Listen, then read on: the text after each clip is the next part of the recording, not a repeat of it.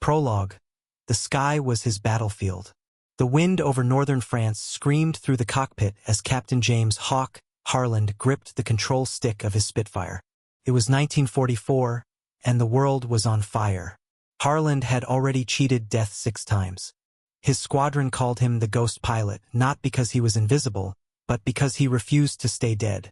Each mission seemed to carve another scar into his soul, another name onto the list of friends who never came home.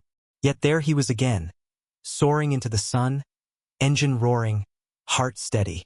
He wasn't flying to survive anymore. He was flying because it was all he knew how to do. Chapter 1.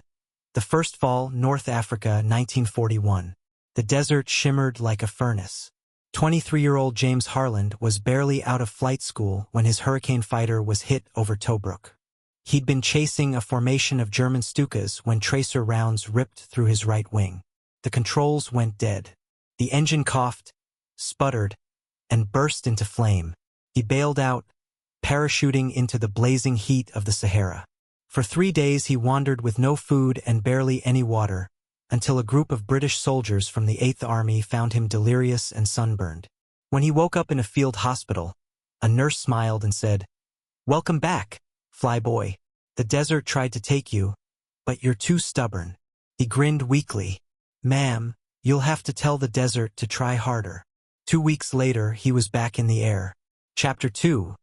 The Second Fall, Malta, 1942.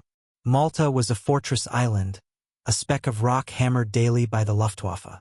Harland's squadron flew patrols against endless waves of bombers. One morning, he engaged a group of Messerschmitt Bf 109s over the Grand Harbor.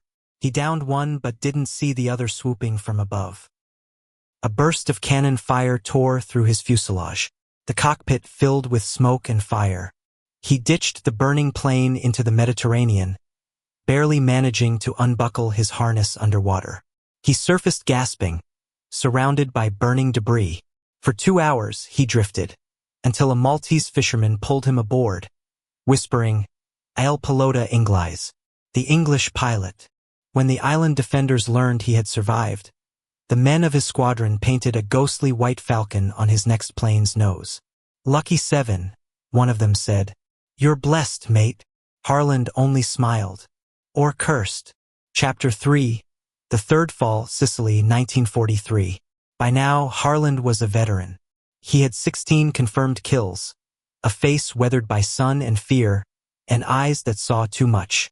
Over Sicily, during the Allied invasion, he led a bombing escort mission. The sky erupted into chaos, German flak blooming like black flowers. One shell hit dead on. His left engine exploded. He tried to glide, but the plane nosedived into an olive grove. When he came to, the smell of oil and blood filled his lungs. Partisans found him, Italian rebels fighting the fascists. They hid him for 2 weeks, feeding him bread and wine under candlelight in stone barns. One of them, a young woman named Alessia, asked him why he kept flying. He stared at the flickering light. "Because if I stop, I'll start thinking about the ones who didn't make it." June 6th, D-Day. The invasion of France. The biggest gamble in human history. Harland's squadron flew cover for the landing forces. His plane took hits from anti-aircraft fire, the wings shredding. He tried to make it back to base, but the engine gave out. He crash-landed in a French field, snapping his leg in the impact. Farmers dragged him from the wreckage and hid him in their barn as German patrols scoured the countryside. For a month, he lay there, nursing his wound and listening to the thunder of distant battles. He could have stayed hidden, could have waited for the war to end. But when the resistance offered to get him back to Allied lines, he said, "Tell your men I still have one good leg. That's enough to fly." Chapter 5. The Fifth Fall, the Ardennes, 1944. Winter came like a steel hammer.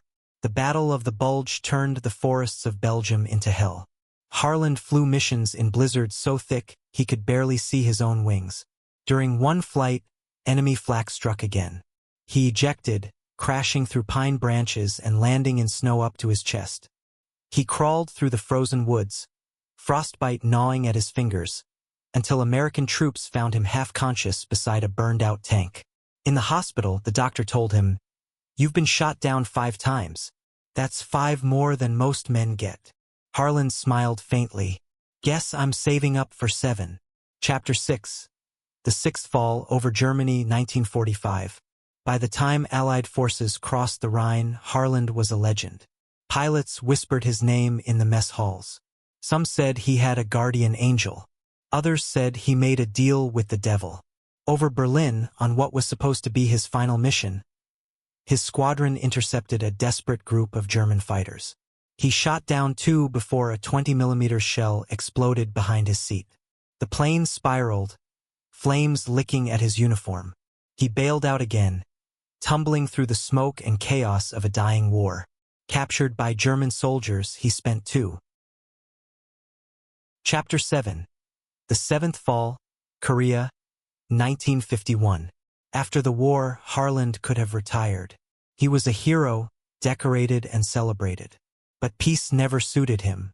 When the Korean War broke out, he volunteered.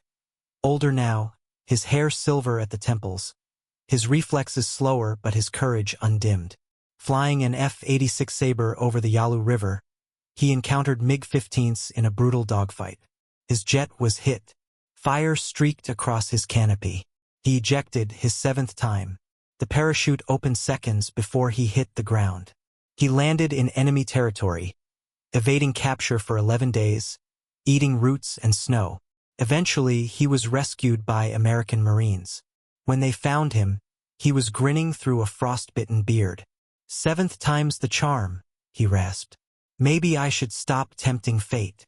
Epilogue: The Last Flight. Years later, long after the wars had ended, James Harland sat on the porch of his farmhouse in Yorkshire, watching the sunset. A reporter from the Times visited to write a profile about the pilot who survived being shot down 7 times. When asked if he ever feared death, he laughed softly. "Fear," he said. "Of course, every time. But fear keeps you alive. The trick is to fly anyway." He paused, eyes drifting to the horizon. "Every time I fell, I thought it was over. But maybe falling isn't the end. Maybe it's just another chance to rise." As the reporter left, Harland walked to his barn. Inside, covered by a tarp, sat a restored Spitfire, the same model he flew over Malta. He ran his hand along the metal, whispering, "Old girl. Looks like we both survived the impossible." That night, neighbors saw the old pilot taxi the Spitfire down a makeshift strip and take off into the twilight. He circled once above the fields, then vanished into the clouds. He never came back down. Some say the plane crashed in the North Sea. Others say he simply kept flying, chasing the sunset forever. They still call him the ghost pilot, the man who fell 7 times and kept rising.